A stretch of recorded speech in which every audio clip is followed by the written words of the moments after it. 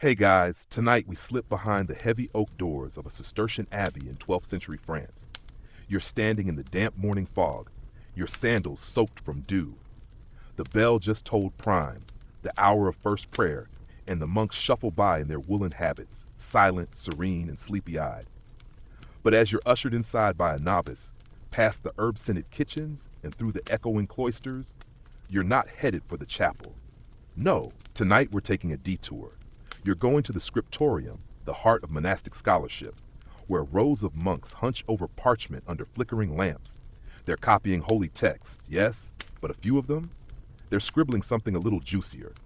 Under cloaks of Latin allegory, buried in marginalia, sometimes hidden in deliberately vague phrasing, there's sex. And not just warnings against it, but reflections, fantasies, poems, questions. You didn't come here expecting erotic longing to waft through the incense smoke, but here it is. You probably won't survive this place, not because of sin, but because you'll fall asleep halfway through the reading list. So, before you get comfortable, take a moment to like the video and subscribe, but only if you genuinely enjoy what I do here. Post your location and local time in the comments. I always love knowing where and when you're listening from.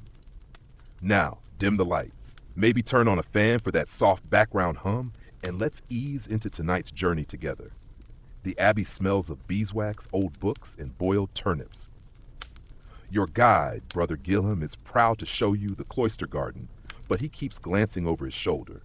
You eventually reach a small chamber, lined with manuscripts. He whispers, "Some of these aren't meant for public reading." You can't help but be intrigued. You're shown a codex with a humble leather cover. But inside, marginal sketches of intertwined bodies, biblical verses annotated with suspiciously florid commentary, and most curious of all, a long passage on the beauty of the male body, written in the kind of dreamy language you might use for describing angels or sunsets. It's all in Latin, but even your translator is raising an eyebrow. These monks weren't writing pornography. They were exploring desire through theology, poetry, and metaphor, testing the boundaries of holy longing and human affection. They had to. After all, they'd chosen a life without marriage, children, or flirtatious glances over a wine jug. But they hadn't stopped being people, or curious. Historians still argue whether these writings were intentional expressions of suppressed sexuality, literary exercises, or just deeply symbolic acts of devotion. But the content is undeniably there. It lingers between the lines of sermons and devotionals, like perfume clinging to the hem of a robe. In one corner, you notice a copy of Bernard of Clairvaux's writings on the Song of Songs. A famously chaste monk, Bernard wrote some of the most sensual religious commentaries of his time. He described God's love in terms that would make modern lovers blush, kisses, embrace, yearning. It was divine, sure, but also distinctly human. Then from another shelf, you find an odd little manuscript. It's not well preserved. Someone once tried to use it as a cheese wrap. But the text inside talks about a brother who dreamt of an angel visiting him, caressing his hair, kissing his eyes, and whispering secrets into his ear. Was it a spiritual vision? Or was that angel just a poetic stand-in for something more earthly? A monk passes behind you, adjusting his belt. "Ah, the dream texts," he says with a smile. "They say the soul speaks freely in dreams, even when it shouldn't." You sit by the window. Outside, Brother Allard is weeding the herb beds, humming a tune about Saint Agatha. His bare arms are dusted with pollen. You wonder what the monks wrote about bodies like his. You don't have to wonder long. Brother Gilham opens another scroll. It's older, more fragile. This one contains a curious reflection. "The body is the mirror of the soul," it begins. "And I have seen in my brother's back the curve of divine architecture." That's specific. Strangely architectural, yes, but specific. A fringe detail jumps out, a note in the margin. It's a scribbled phrase, almost a joke. "Better to love a brother in God than a goat in sin." It seems monks had jokes too. You spend the rest of the afternoon flipping through what feels like a hidden library of longing, some shy, some boldly penned. And it's all somehow part of the spiritual project. These weren't secular journals or hidden scandals. They were stitched into the very fabric of devotion. And the monastery, like the body, held more than one kind of mystery. By now, the evening bell has rung. Candlelight flickers off the stained glass. The monks chant Compline, the night prayer. But you, tucked away in the corner of the scriptorium, have begun to understand. This wasn't just a place of prayer. It was a vault of whispered desire. And as your head begins to nod, parchment rustling gently like a lullaby, one last passage calls to you from the page. To write of the soul is to write of its hungers, even when those hungers shame us. The moon has risen fully now, cradled behind thin clouds that wander the sky like distracted choir boys. Its silver light spills across the cloister floor in a perfect silent square. You wake where you dozed, tucked into a little alcove near the scriptorium's fireplace, your neck slightly sore, your thoughts tangled with ink and Latin, and dreams you're not sure you want to remember. Before you can stretch, Brother Gilhem appears again. His sandals whisper against the flagstones. In his hand is a small, unassuming iron key, worn smooth at the edges. You've seen the respectable texts, he says in a hushed tone, but I think you're ready for the shelf. You follow him down a narrow hall, past a sleepy novice muttering psalms in his sleep, past barrels of pickled beets, past a tapestry depicting St. Lawrence smiling a little too serenely as he's grilled alive. Finally, you reach a squat wooden door almost hidden behind a dusty statue of St. Agatha. The door creaks open with the exhausted sigh of something that's been waiting too long to be noticed. Inside, it smells of old vellum, candle soot, and something faintly floral, like crushed lavender forgotten in a prayer book. The forbidden shelf is not grand, it's more like a closet.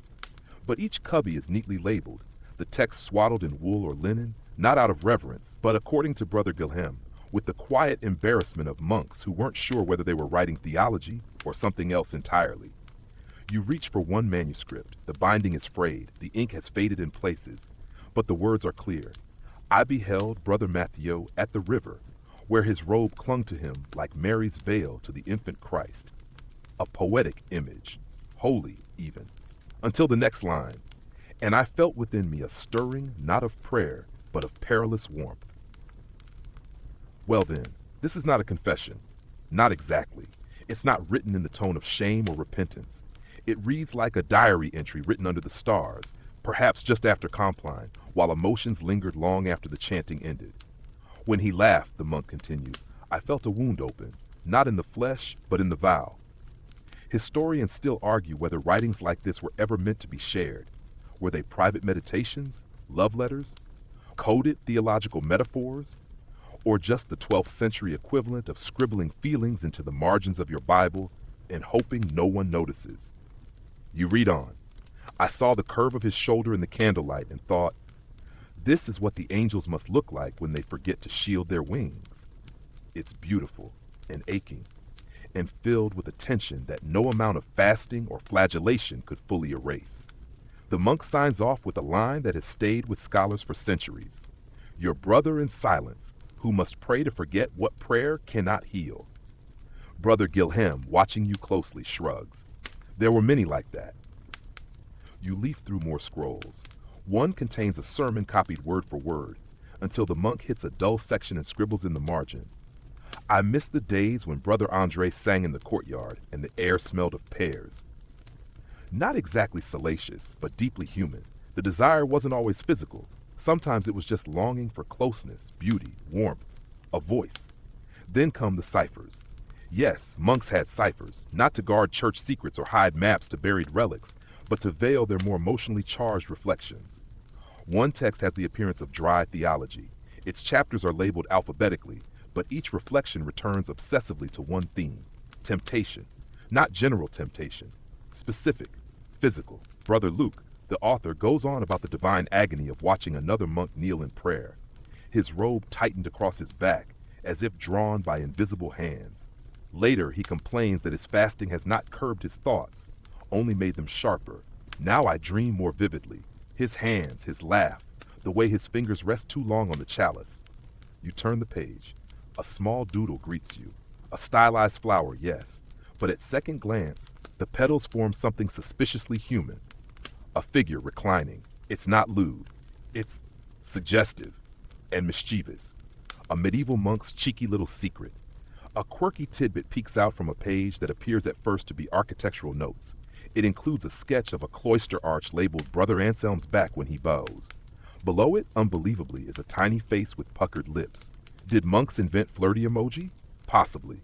And then there's the scroll that simply begins. This is not a confession. This is a chronicle of longing. A bold start. The author goes on to describe an angelic visitation in which he dances with Christ at a celestial wedding feast. But the details are intimate. Christ lifts him by the waist. Christ calls him beloved. Christ whispers poetry in his ear. It's not blasphemous. It's deeply, intensely affectionate. The boundaries between divine and human love blur like candlelight on a wall. Gilhem nods. That one always makes the abbot uncomfortable, but he won't throw it out. Not all texts are so tender. One monk rages against his own body. I starved it. I beat it. Still it rises at the scent of warm bread and the memory of laughter. He compares arousal to a bell rope, always swinging, even when no hand pulls. A startlingly poetic metaphor, and very inconvenient for morning prayers. In the corner of one scroll, another margin note catches your eye. It simply says, "Better to love a brother in God than a goat in sin." You blink. Gilhem chuckles. You'll find some strange humor in these pages. Even piety needs to laugh. That might be the most surprising thing of all. Not that monks had desires, but that some of them wrote with such wit and honesty about it. And the abbey didn't destroy it. They shelved it, quietly, carefully, as if admitting in their own way that there is no part of the human soul, no matter how strange or tender, that doesn't belong somewhere. You look up. The stone walls feel less cold now. The candle flickers, casting warm golden halos on the shelves. You're starting to understand. The cloister wasn't a cage. It was a container. And these writings, they weren't sins. They were songs. Secret sometimes, but true. Outside, the bell tolls once. A soft hush falls over the building like a woolen blanket. Even the wind grows quiet, as if listening. And you, eyes heavy again, return to your corner and dream. Not of saints, perhaps, but of honesty tucked between the folds of wool robes and linen pages. It's just past midnight now. The abbey has settled into deep, velvety silence, the kind that seems to hum gently in your ears. Somewhere a mouse rustles in the granary. Someone snores faintly behind a wooden partition. And you're curled up again in your quiet alcove, but your mind is wide awake, still tugging at threads left dangling in the candlelit dark. Brother Gilhem, now holding a small oil lamp, whispers a name you haven't heard before. Elred. Elred of Reval. He says softly, as if speaking of a secret saint or a beloved cousin. Some say he was the heart of monastic friendship. Others say, more than friendship. He sets down a slim manuscript, worn and lovingly thumbed. Elred lived not in France, but in England, yet his influence seeped across monastic Europe like incense through a stone chapel. He was an abbot, a scholar, and depending on whom you ask, a man unafraid of the language of love. You read, I have you in my heart, Brother Simon, as a mother holds her child, as the soul clings to the breath, as the sun longs for the morning sky. That's not just poetic, that's emotionally drenched and very deliberate.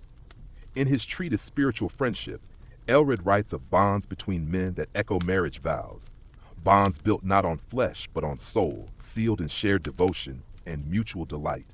He calls it sacred, pure, enduring.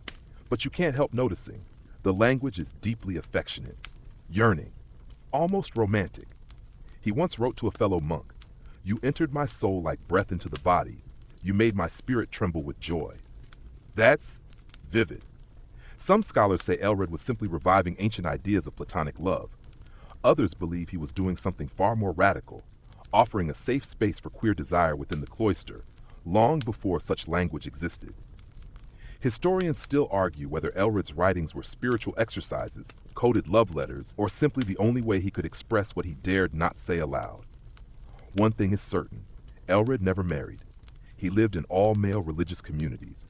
He wrote obsessively about love between brothers in Christ, and when he died, his final words reportedly included the phrase, "My beloveds, my joy."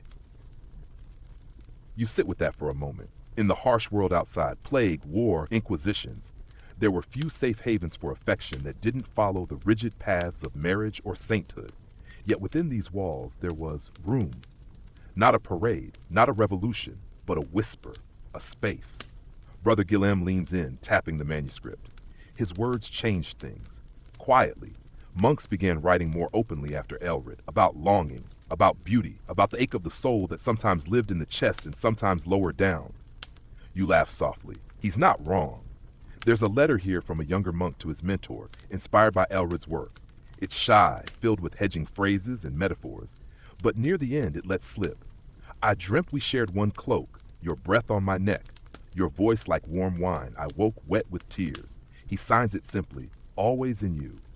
There's even a quirkier find, a monk's response to Elred's text, written entirely in verse, including a line about how Brother Thomas's feet inspire strange fervor, especially when he trims his nails. It ends with a doodle of sandals. Apparently, even spiritual epistolary love had footnotes. You flip to another fragment. Here, a monk debates with himself whether the joy of seeing his brother in the scriptorium is holy or sinful. Is it sin to be glad at his laughter? Is it lust to love his kindness? If my heart races, is that the devil or the divine? He resolves nothing, but he keeps writing. And in the margin, someone later scribbled a note. Let the joy be joy. Let God judge the rest. It's easy to imagine them here, monks in rough robes hunched over desks, their candles guttering in the wind, hearts tangled in scripture, and something more dangerous, or beautiful, or both. What makes Ellard remarkable isn't just his boldness, it's his gentleness. He never rails against lust. He doesn't use fear or fire. Instead, he writes about love as medicine, friendship as the balm for loneliness, connection as a bridge to God. And maybe that's why monks across France copied his work, tucked his lines into the margins of their own, not to rebel, but to survive, to breathe. Outside, the wind picks up, rustling the garden's lavender and fennel. The sky has lightened slightly, a pre-dawn hint along the horizon. But here, deep in the archives, you're still cocooned in lamplight and longing. And Brother Gilham, who may or may not have memorized half of Elred's treatise, smiles softly. Not all saints wield swords. Some hold hands. You close the manuscript and rest your head on your folded arms. The page smells faintly of pressed thyme. In the stillness, you swear you can hear Elred's voice, soft, careful, loving, reaching through time, not shouting, just whispering. Love, in all its forms, is a path to God. By the time the roosters begin their first sleepy grumbles somewhere in the abbey's outer fields, you're still tucked into that reading alcove, eyes half-lidded, breath slow. But the candle has burned low, and Brother Gilham is back again, this time with a small pot of barley tea and a knowing look. Ready for the fun part? He asks. You're not sure what fun means in a 12th century Cistercian context, but he opens a fresh scroll anyway, this one written in a smaller hand, the ink a little smeared in places. It's about chastity, he says, in the creative ways monks found to interpret it. You raise an eyebrow. He smirks. Celibacy, in theory, was a cornerstone of monastic life. But what did it actually mean, day to day in the close quarters of a medieval monastery? No marriage, of course, no sex, but no hugging, no daydreaming, no lingering glances during communal washing. That's where the loopholes begin. One monk's journal opens with the sentence, "Though I cannot touch him, I may serve him." That monk spent 4 consecutive winters volunteering for Brother Guillaume's laundry duties. Coincidence? Perhaps. Or a brilliant use of monastic loophole number 1, proximity without contact. Another scroll is an extended meditation on the concept of agape, selfless divine love, except the writer keeps describing his fellow monk's smile, the way his shoulder blades moved beneath linen, and the scent of rosemary when he passed. It's possible he was just very spiritually moved, or possibly not. Historians still argue whether such texts represent repressed desires cloaked in theological terms, or whether monks simply lacked other outlets for emotional intimacy.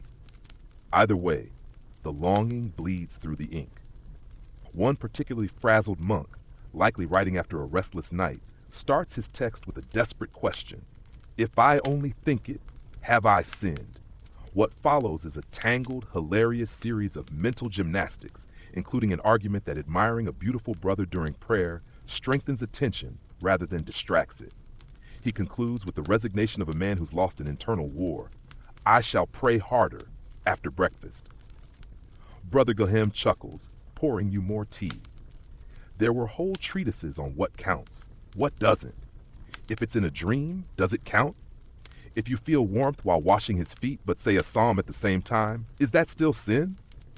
One anonymous monk wrote a full 12-page text trying to argue that helping Brother Elias dry his hair after a rainstorm was a holy act of care, even though it led to what he politely termed unmanageable thoughts.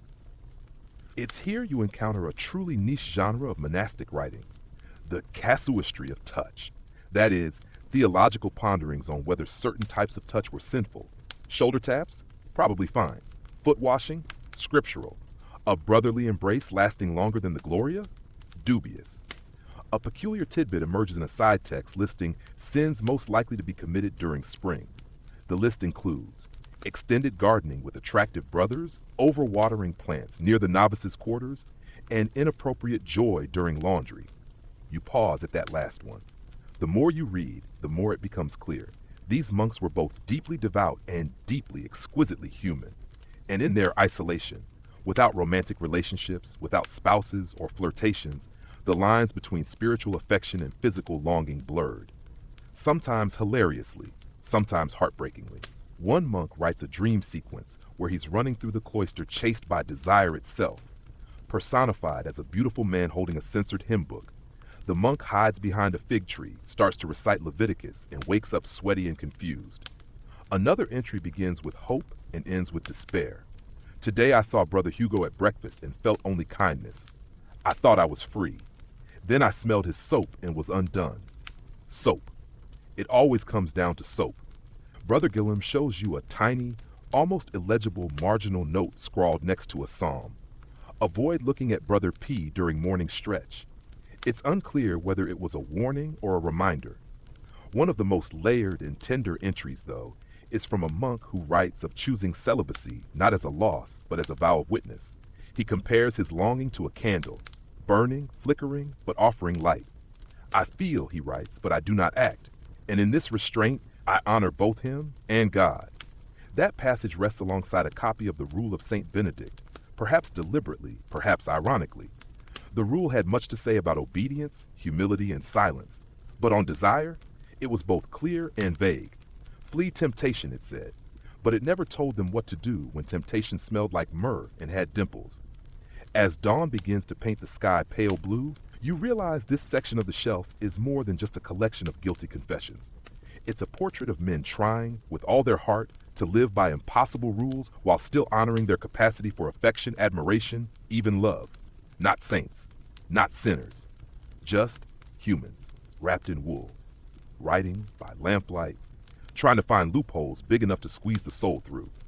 The morning light creeps slowly through the abbey's stone slits of windows, casting narrow beams onto the flagstones like heaven is slipping in one toe at a time.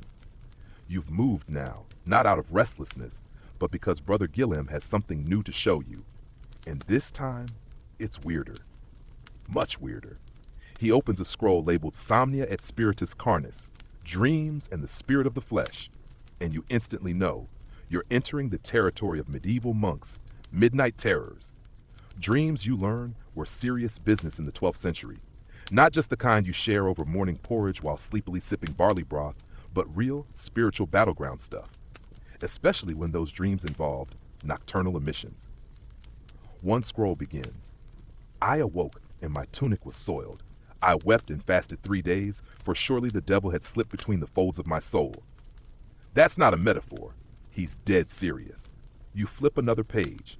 A different monk details a dream where a woman of flame and silver appeared in his cell and whispered scripture into his mouth.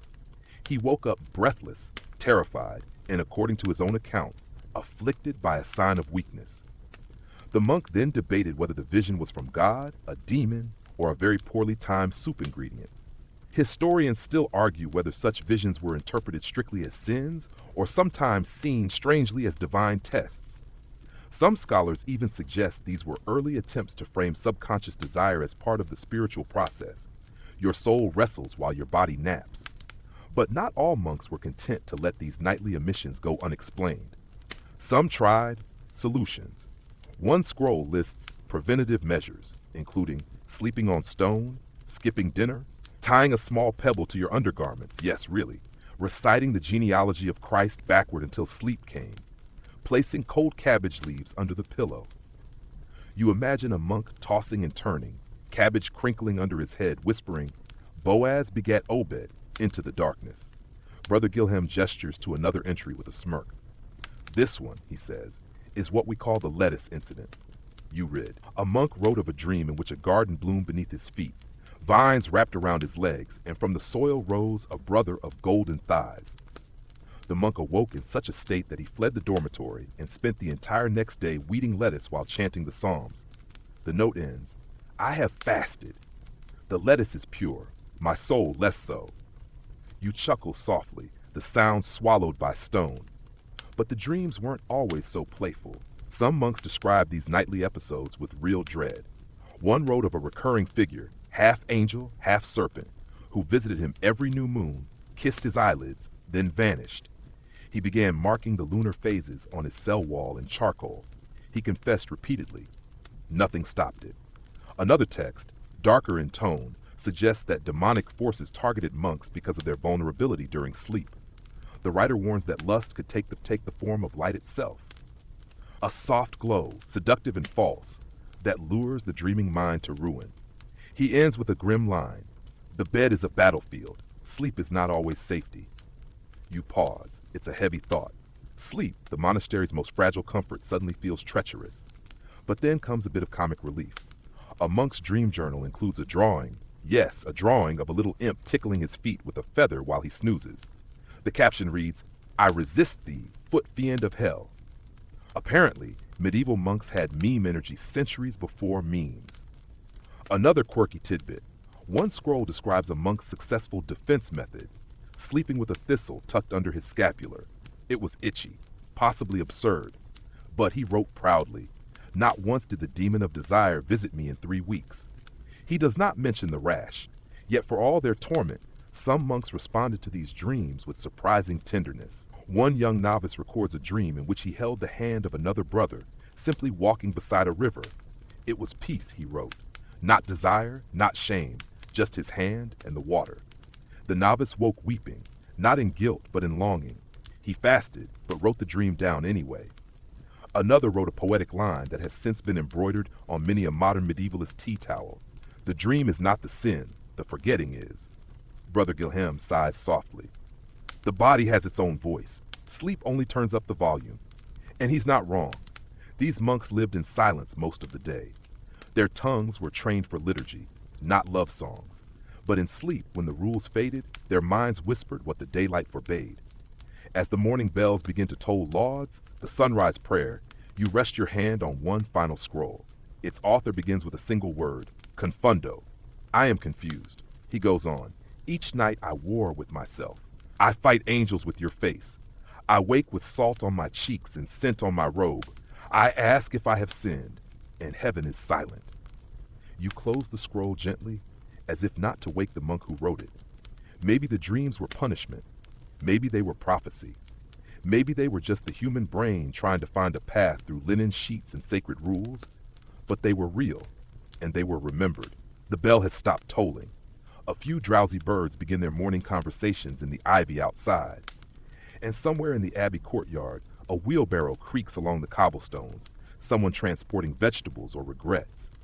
But inside the archives, the air remains still, as if the stones themselves are listening now. Brother Gilham is back again, scroll in hand, looking particularly conspiratorial.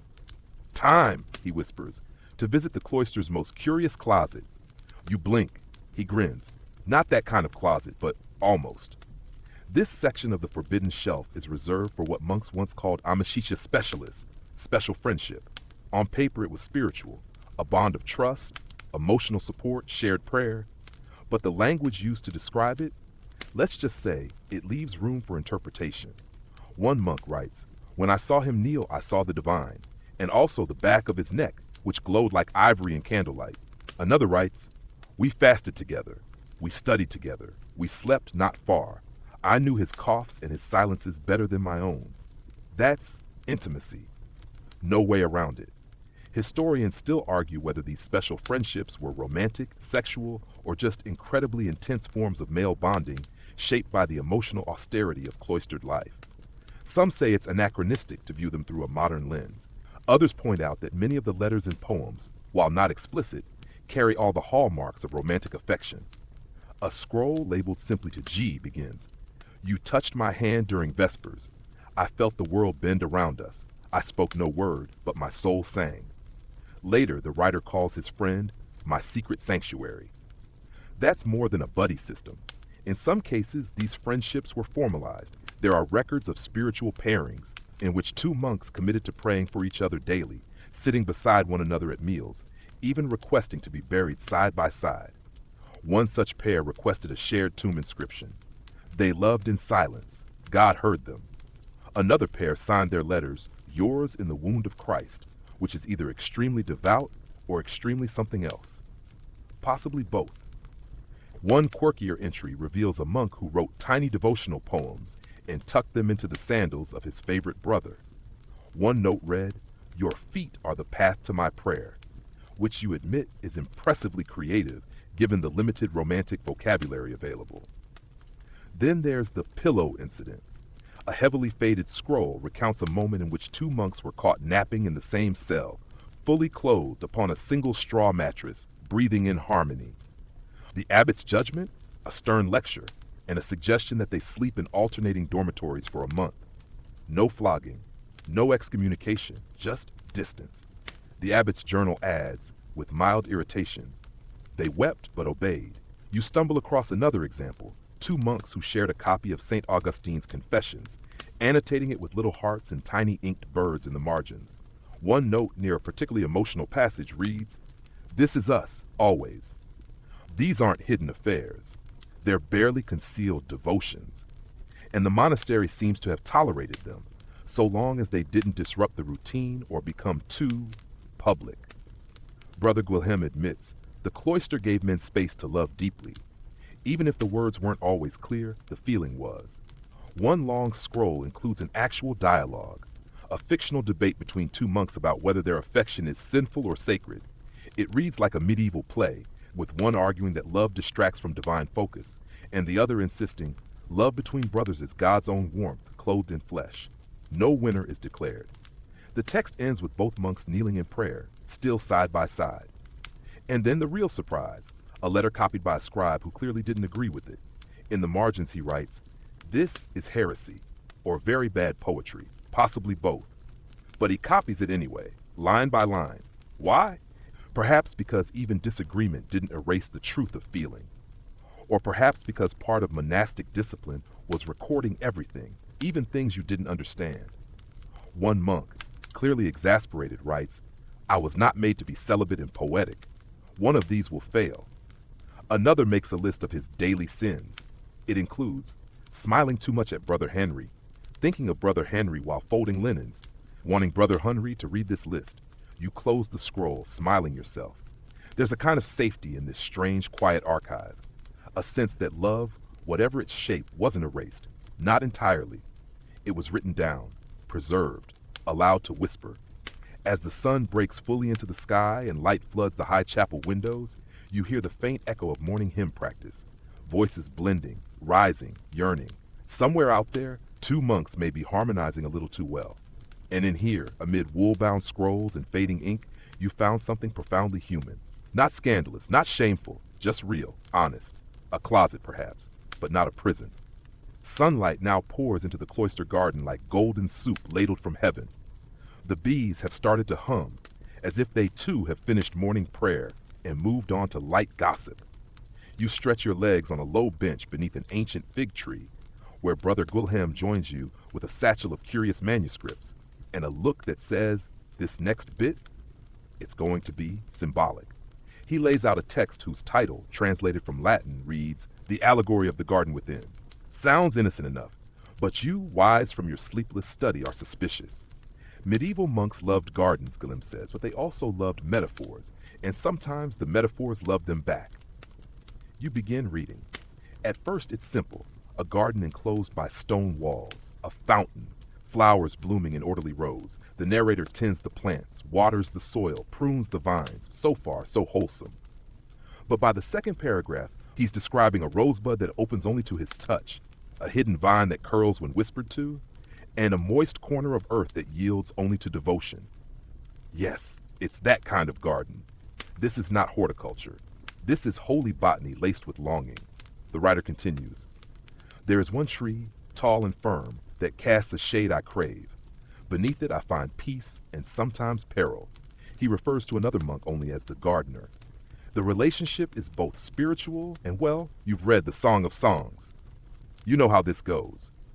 Historians still argue whether these eroticized garden allegories were simply devotional exercises, a poetic method of imagining union with God, or whether they allowed monks to explore their desires in ways that wouldn't get them reassigned to lettuce duty.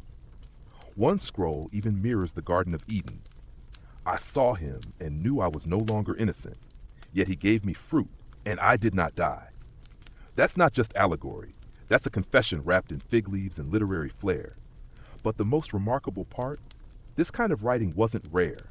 Medieval monastic texts are filled with garden imagery. The Virgin Mary is called a walled garden. Christ is the vine. The soul is a flower trembling in the wind. But sometimes, just sometimes, the flower has a name, and the vine has arms. A charmingly quirky example involves a monk who writes about spiritual composting. He uses garden metaphors to describe repentance, noting that even dung can yield beauty.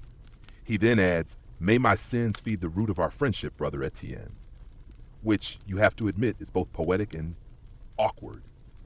In the corner of one scroll, a marginal doodle shows a small figure watering a smiling tulip. The tulip has eyes and a very suggestive stem. The caption? For Brother L. Apparently, monks invented emoji fan fiction. You come across a more sobering passage. One monk writes of being sent to another abbey after expressing too much fondness for a fellow brother. He writes, "They called it excess of feeling. I call it spring." He ends his note with a drawing of a broken rose. There's also evidence that some abbots encouraged this kind of writing, as long as it stayed allegorical.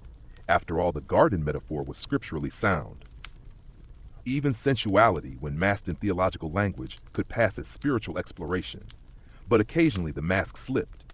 One monk describing a blooming grove suddenly breaks metaphor, "And I touched him, not in flesh but in word, and it was enough, almost." That almost haunts the page like an unclosed door.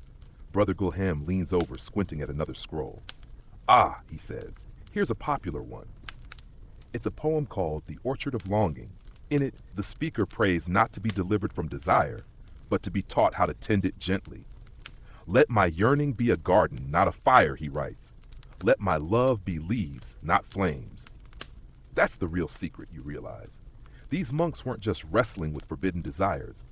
They were finding ways to live with them, to prune them, to water them carefully, to let them bloom without burning down the abbey.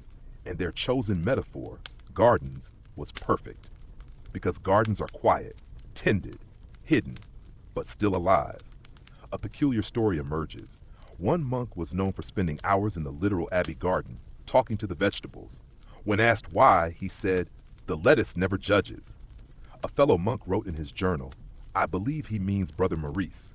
Even now in the real garden outside, you notice one of the novices lingering by the lavender, just a little too long, staring off toward the kitchen door. Possibly watching someone, possibly communing with bees. Hard to say. The allegorical writings, you realize, offered monks a place to explore without condemning themselves. A safe middle space where love could be whispered through metaphor, and desire could take root beneath the cover of lilies and vines. And as the wind stirs the ivy around you, you begin to feel it too, that slow, steady rhythm of nature and longing, of things growing in quiet corners. The garden was never just about Eden. It was about what came after, what still lived. You close the last scroll as a petal floats down from the fig tree and lands on your knee. Not everything must be confessed. Some things can be tended. The abbey has entered that soft mid-morning lull, the moment after chores, before lessons, when even the roosters seem to take a break and the bread in the kitchens begins to sigh warm, yeasty sighs. You've moved back indoors now, into the cool shadow of the scriptorium, where Brother Guilhem presents today's entertainment with a twinkle in his eye and a whisper. Confessions. You blink. He clarifies. Not the usual kind. These aren't your standard, "I stole an extra turnip" entries, the introspective, uncomfortably so. You settle in. The first scroll is anonymous, no salutation, just ink and pain. The monk writes, "I saw Brother Andre lift the cauldron today and felt something shift inside me. Not sin, not sickness, but longing. He then spends 3 paragraphs trying to talk himself out of it, quoting Augustine Benedict and what might be a vegetable catalog by mistake. Historians still argue whether such entries were personal reflections, therapeutic writings, or practice runs for real confessions. One theory suggests that monks were encouraged to write their struggles down as a form of cleansing, a paper confessional where the pen replaced the priest. But the boundary between documentation and desire is blurry. Another monk begins his entry with a bit of nervous humor. "Forgive me, Lord, for I have imagined Brother Thomas brushing my hair. I have no hair. This makes it worse." You chuckle, and so does Brother Gillum. That one's a favorite. There's one particularly detailed account from a monk who struggled with recurring daydreams during choir practice. He writes, "I close my eyes to chant. I see him lighting candles. I open them again and find no relief, for he is real." The passage continues with a confused spiral into guilt, theology, and then abruptly, a doodle of a candle with very shapely wax strips. That's commitment to theme. One scroll tells a full narrative. The writer describes going to the infirmary for a mild fever. Brother Antoine tended to him. Nothing inappropriate happened. But the way Antoine placed the wet cloth on his forehead, how gently he spoke, like the rustle of psalms on parchment, was enough to leave the monk emotionally wrecked. He fasted for 3 days, then wrote this confession. "I am healed in body, wounded in spirit, but I would not trade the wound. It's not a sin, it's poetry." Another monk, clearly more frazzled, titles his page simply, "What do I do with this?" His list includes, stop talking to Brother Hugo, only look at his sandals, ask the abbot for punishment, flee to a hermitage. He concludes with, "I shall sleep on the stone floor and eat only cabbage, but if he smiles at me again, I fear the cabbage shall not help." Gilhem raises an eyebrow. Cabbage was a popular solution, spiritually neutral, hard to feel romantic over boiled leaves. And he's not wrong. A peculiar little document emerges, a confession that turns abruptly into a love letter. The monk begins, "Forgive me for loving Brother P," but mid-scroll it becomes, "I thank God for the joy he brings. His laughter lifts the weight from my vows. His silence teaches me more than scripture." It's not clear whether he ever showed it to Brother P, or if he just needed to say it somewhere. There are plenty of darker entries, too. One monk writes with agony about being discovered, though the details are vague. He was sent to labor in the pig pens for a year. He writes, "I touched a hand I should not have. I felt the fire, but I also felt grace." His scroll ends with a smudge, possibly a tear, possibly pig ink, possibly both. Another quirkier moment, a confession disguised as a sermon draft. The monk titles it, "On the Temptations of the Eyes," and begins discussing the sins of vanity, then suddenly veers into an essay on how Brother Etienne's handwriting is divinely curved, and how the way he bites his lip while copying scripture could lead nations into ruin. Brother Guillaume snorts, "We had no television. This was our drama." One anonymous confession contains only 6 words carved into the wax cover of a discarded tablet. "He smiled, I broke, forgive me." That might be the most heartbreaking entry yet. But not all the confessions are about guilt. Some are about surviving it. A monk near the end of his life writes a final letter to his friend of 50 years. He says, "We never touched, but you held my heart. If that is sin, then I am glad I sinned quietly." You sit with that for a long moment. These weren't crimes. They weren't rebellion. They were attempts, sometimes awkward, sometimes poetic, to name the unnameable inside a rule book that had no chapter for quiet longing. The confessions you read aren't about breaking vows. They're about carrying the weight of them, about bending beneath love, not fleeing from it, and about the slow, strange comfort that comes from writing something down, even if no one will ever read it, or maybe because of that. Outside, the monastery's dogs bark at nothing in particular. A breeze stirs the parchment. The walls do not move. But inside them, centuries ago, monks whispered their hopes and hungers into the space between syllables. You wonder how many of them felt lighter afterward, or lonelier. Noon approaches, and with it comes the smell of onions frying in butter, an indulgence saved for feast days and visiting bishops. You can hear the distant clatter of pots and the thud of someone dropping a turnip. But in the scriptorium, Brother Gulhem is rolling open a fresh scroll like a magician about to pull a rabbit from a cassock. "This," he says, "is Baudry." You tilt your head. A monk? A bishop, he says with a grin, but also a poet, and deeply, deeply weird. Baudry of Bourgale, it turns out, lived in the late 11th and early 12th century, right on the edge of our timeline. He was a scholar, abbot, and eventually Archbishop of Dol in Brittany, and in his spare time, he wrote poetry, lots of it, to nuns, about nuns, occasionally pretending to be a nun.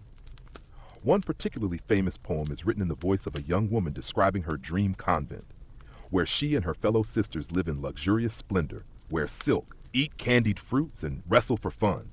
They bathe together, they nap together. They discuss philosophy while reclining on velvet cushions, half draped in muslin. It is, to put it gently, less about theology and more about daydreams. Historians still argue whether Baudry's poem was satirical, playful, or a reflection of actual desire. Some claim he was mocking courtly love conventions. Others argue he was just very, very bored. Brother Guilhem leans in. The nuns wrote back, wait, what? Indeed, some women in monastic communities responded to Baudry with poetry of their own. One sister playfully scolds him for assuming they have time to lounge in silks. Another offers her own fantasy version where the men bring wine and clean the floor while the nuns chant about politics. That's a monastery sitcom waiting to happen. But Baudry didn't limit himself to fictional convents. In another poem, he praises the abbot of a neighboring monastery for his divinely sculpted fingers, his voice like incense, and most memorably, his manly virtue like marble and fire. That is, not subtle. A side note from a later copyist simply reads, "Too much wine?" Another of Baudry's poems begins as a meditation on heaven, but suddenly veers into a long description of a bishop's hair, then his eyebrows, then his breath. The whole thing ends with a line that roughly translates to, "Even paradise would be dull without him." There's also a curious tendency in Baudry's poems to get lost in fabric. Not spiritual fabric, literal garments. He describes robes slipping from shoulders, veils fluttering like sin in the wind, and belts that cling to sacred hips. You glance at Brother Guilhem, he shrugs. Medieval fetish? Or just very cold in the scriptorium? Hard to say. One quirky tidbit buried in a marginal gloss. A later monk tried to revise Baudry's more risque lines, replacing breast with book and thigh with threshold. The result is a poem where a nun rests a threshold on her chest while a bishop reads from it. Not quite the same mood. Despite, or perhaps because of his oddity, Baudry was popular. His poems circulated widely among monasteries and were often copied with affectionate, if slightly scandalized, commentary. One monk wrote in the margin, "I read this twice to be sure it was a warning." Baudry also explored desire in stranger ways. In one poem, he describes his soul as a knight besieging a castle, only to find the castle is actually a nun's heart, and the key to enter is virtue. But then the knight forgets his sword, knocks over a vase, and ends up hiding in the moat. It's allegory, yes, but it also reads like an awkward date from a medieval rom-com. You come across a line that sticks with you. In the cloister of the mind, every door has a desire behind it. Whether he meant it spiritually or suggestively, it holds. Brother Guilhem notes that Baudry's work was sometimes copied alongside sermons and theological commentaries, perhaps as a kind of intellectual sorbet, a palate cleanser, or possibly just to keep the monks awake. But not everyone was amused. A stricter abbot in the late 12th century tried to have Baudry's work removed from circulation, calling it poetry unbecoming of holy men and wholly distracting to novices. Naturally, this only increased its popularity, because of course it did. You flip to one final poem, a short verse where Baudry, speaking as himself, addresses a fellow monk. He calls him brother, companion, mirror, and ends with, "If I sin by loving you too well, may God forgive me, for he made your smile." You stare at the parchment for a while. It's not theological. It's not even that poetic. But it's honest. That's what Baudry gave the monastic world, a voice. Strange, playful, unapologetic. Whether he was flirting, mocking, or just making himself laugh, he carved out a space in the cloister for desire that wasn't cloaked in fear. And now, centuries later, his verses still flutter through these walls like moths chasing candlelight. Ridiculous, tender, and very much alive. Lunch has come and gone. The monks are now back to their studies, or dozing gently in corners with open psalters on their laps and crumbs of barley bread stuck to their habits. The abbey has slipped into its quietest hour. You, ever the curious time traveler, have found yourself in a side chamber of the library that smells sharply of old lemon balm and even older secrets. Brother Guilhem slides a brittle codex your way. "Time for the saints," he says, but not the ones with clean fingernails. This is the part no one tells you about hagiography, the lives of saints. You expect tales of selfless charity, divine visions, maybe a dragon slaying here or there. What you don't expect are the details. One such saint, name withheld out of mercy, was famous for resisting the temptations of a beautiful courtesan who snuck into his cell. The chronicler writes, "She unbound her hair and let it fall over her shoulder like silk from Damascus." The saint, being a good man, resisted. But the description of her physical attributes goes on for 4 paragraphs. It's unclear whether the saint or the scribe was more captivating. Historians still argue whether these accounts were cautionary tales, literary tropes, or some combination of frustrated creativity and cloistered hormones. After all, the line between spiritual struggle and soft erotica seems to have been more of a suggestion than a law. You flip to another saint's Vita, where he resists temptation by rolling in a patch of nettles. The chronicler describes the scene with so much sensual attention, the sting of the leaves, the sweat on his brow, that it starts sounding like a very medieval self-help kink. And yes, that scroll was copied frequently. You draw your own conclusions. One monk writes of a dream in which Saint Atha appears, her veil fluttering and eyes like cool water in flame. She urges him to remain chaste. The monk confesses he was so moved, he wrote poetry for a week and avoided all human contact, including the cook, who was reportedly furious. A peculiar tidbit: in the corner of one manuscript, a marginal note reads, "Saint Cecil resists temptation. I resist temptation. She had an angel. I have cabbage." A familiar refrain. You're starting to believe medieval monks believed cabbage was holy. But perhaps the strangest entry of all is the story of Saint Pelagia, originally a courtesan, later a devout penitent who lived in disguise as a male monk in the desert.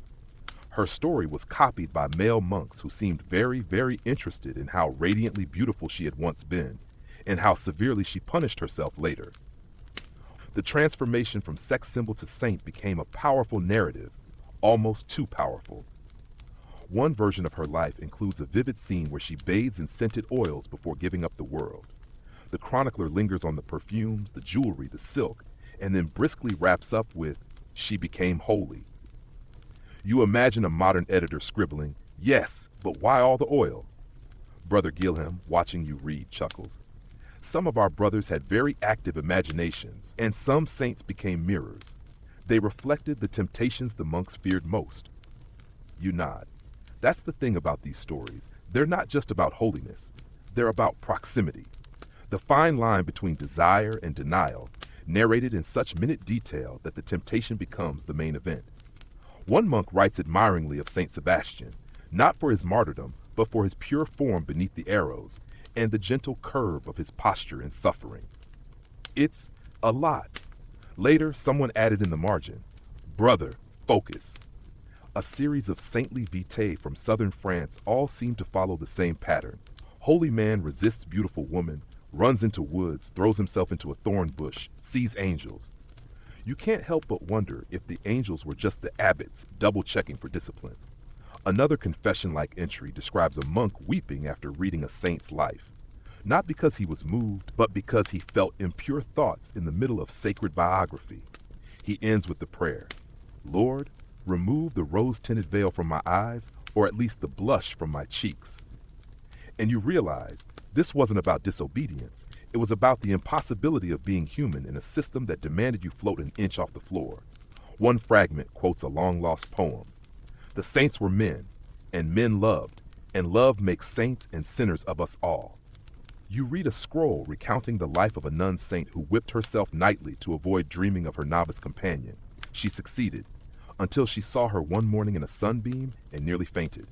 The scribe dutifully includes the phrase, "She fasted 2 days and drank only vinegar." Again, why vinegar? Brother Guilhem, flipping a page, shrugs. Saints were the original influencers, just less consistent. You find yourself strangely comforted. These weren't cardboard cutout figures glowing with virtue.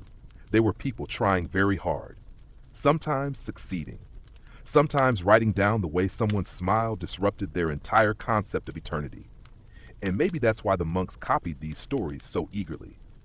Not because they were perfect, but because they stumbled in the same ways. They loved too hard, looked too long, dreamed too vividly, and still got up the next day and tried again. The saints, it seems, weren't above temptation. They just had better editors. The abbey clock, an actual monk with an hourglass and a good memory, signals the beginning of the afternoon. The sun now pours thick and golden through the west-facing windows, casting long shadows that make the hallway statues look dramatically theatrical, as if St. Peter is practicing for a stage debut. You follow Brother Gilhem to a quiet alcove tucked near the infirmary, where he dusts off a new scroll with uncharacteristic reverence. "This," he says, "is where pain and passion got complicated." You raise an eyebrow. He offers no further explanation, just gestures to the first lines of ink.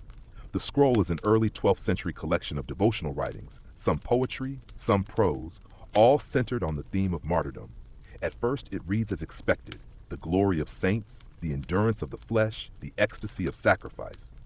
But soon the tone changes. You notice something odd, a sensuality in the suffering. One passage describes a saint tied to a stake, not with horror, but with admiration. His chest rose like a prayer, the lashes laid upon him like kisses from heaven, blood beaded at his temple like rubies from the brow of Christ. Another passage goes even further. The writer imagines himself taking the saint's place, relishing the imagined pain, the humiliation, the rapture. It's devotion through a strange lens, and it's hard not to read it as a kind of desire wrapped in flagellation and hymnals. Historians still argue whether this eroticization of pain was a deliberate expression of spiritual longing or an accidental side effect of monastic repression. Peter Webb, in The Erotic Spirit Through History, notes that pain and ecstasy have long shared language, and medieval monks were not immune to that overlap. You read a text where a monk reflects on Christ's passion, not with solemnity, but with intense, visceral imagery. He describes the lashes as burning trails of love, the crucifixion nails as bridges to the divine. It's haunting, beautiful, and deeply intimate. Brother Gilhem whispers, some monks believe pain purified the soul, others just found it confusing. There's a scroll that borders on narrative fiction. A monk dreams of being martyred by lions in the arena. The lions, strangely polite, approach him slowly. One places a paw on his shoulder. The monk writes, "In that moment I knew I was beloved of God, and also, possibly, a fool." A quirky marginal note adds, "Brother Etienne read this and fainted. We gave him wine." Elsewhere, a monastic hymn in Latin lingers on the wounds of Saint Sebastian with such lyrical flourish. "Your arrows pierce me as his words pierce my heart," that it becomes hard to separate theology from infatuation. You flip to a particularly intense poem titled "Burn Me, Lord, Like Your Altar Flame." The poet begs for suffering, not just physical, but emotional. He longs for divine abandonment, for the cold silence of God as a form of spiritual climax. It is, frankly, a lot. One entry in the collection stands out. A monk writes of kneeling for so long on a stone floor during winter that he cannot feel his legs. And yet, he describes the pain as a gift. "Each ache reminded me that I am still flesh, and my flesh still longs, even in prayer." It's not masochism, it's transformation. The suffering becomes a way to touch the divine, to feel something so vividly that it leaves a mark, not just on the body, but on the soul. And then, tucked between more serious reflections, you find a bizarre bit of theater, a mock liturgical drama written by a group of monks where one pretends to be the devil, tempting a novice with compliments about his knees. The novice resists, barely. The devil retreats with a sigh. "Fine, I shall return when your knees are less distracting." Brother Gilhem raises a brow. "We got bored in winter." One particularly poignant confession tells of a monk who intentionally volunteered for the hardest manual labor, hoping the physical exhaustion would quiet his thoughts. It didn't. He writes, "My back aches, my feet bleed, and still I think of him. Not in lust, in longing. What flagellation cures this?" That line stays with you. The more you read, the clearer it becomes. Monks weren't obsessed with suffering because they enjoyed it. They saw it as language, one of the few they had left. In a life stripped of romance, touch, even excessive laughter, pain became expression. A fringe note in one scroll suggests that some monks believed dreaming of pain was holier than dreaming of joy. Joy is fleeting, it says, but ache reminds us we are still reaching. You find a final text, brief and powerful. A monk simply writes, "I wrapped rope around my chest to still my breath, but it only made the memory of his hand more vivid." You sit with that. In the monastery's architecture, the high arches, the cold stone, the unpadded benches, you begin to see the same language: restraint, aspiration, the desire to be cleansed by discomfort. But within that self-denial lived a paradox. The more they tried to purge the flesh, the more intimately they came to know it. Outside, a novice passes, carrying a heavy pail of water. His shoulders strain. He groans slightly. It echoes in the hallway, and you suddenly hear it not just as labor, but as prayer. Afternoon deepens. The abbey is drowsy again. The kind of drowsy that makes bees spiral in lazy figure eights, and monks rest their foreheads on psalters without quite realizing it. You've moved back into the shade of the archive, where the air smells of crushed wormwood and slowly disintegrating glue. Brother Guilhem places a hefty manuscript before you, bound in thick goatskin and decorated with an oddly flirtatious-looking peacock. "This one's special," he says. "Written by a nun." You blink. "A nun?" He nods. "Herod of Landsberg, abbess, artist, theologian, and possibly the creator of the most ambitious medieval sex ed scroll that no one dares to call that." You unfasten the cover and are immediately greeted by the surreal brilliance of the Hortus Deliciarum, or Garden of Delights. Not a sex manual in the modern sense, but a sprawling encyclopedia of theology, morality, cosmology, music theory, an extremely suggestive allegorical art. Herod compiled it in the late 12th century at Hohenberg Abbey, a convent full of well-educated, highly literate nuns. And when Herod taught morality, she didn't hold back. One illustrated page shows a figure named Luxuria, Lady Lust, nude except for a golden ribbon, riding a goat backwards while flames lick her ankles. Another shows the devil wearing what can only be described as a suspiciously fashionable cloak while whispering into a monk's ear. Historians still argue whether Herod's depictions were purely symbolic, part of the monastic educational program, or served a subtle satirical purpose, allowing her to critique male lust, clerical corruption, or just add some visual spice to an otherwise very dry curriculum. One page, bordering on NSFW for a nun, shows the sins of the flesh as a garden of forbidden fruits. The fruits are, shall we say, very anatomically interpretive. One cherry is not a cherry. A fig opens just a bit too suggestively. You glance at Brother Guilhem. He nods solemnly. She knew what she was doing. There's more. Herod includes full-body illustrations of both male and female figures, angelic, demonic, and everything in between. The bodies aren't shamed but explored, labeled, sometimes even adorned. She treats anatomy not as sin, but as a map to morality, a landscape of choices. In one particularly striking passage, she writes about the passions of the belly, arguing that indulgence begins not with the body but with the imagination.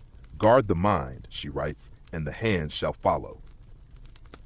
That's the kind of line monks copied onto bookmarks and parchment corners for years.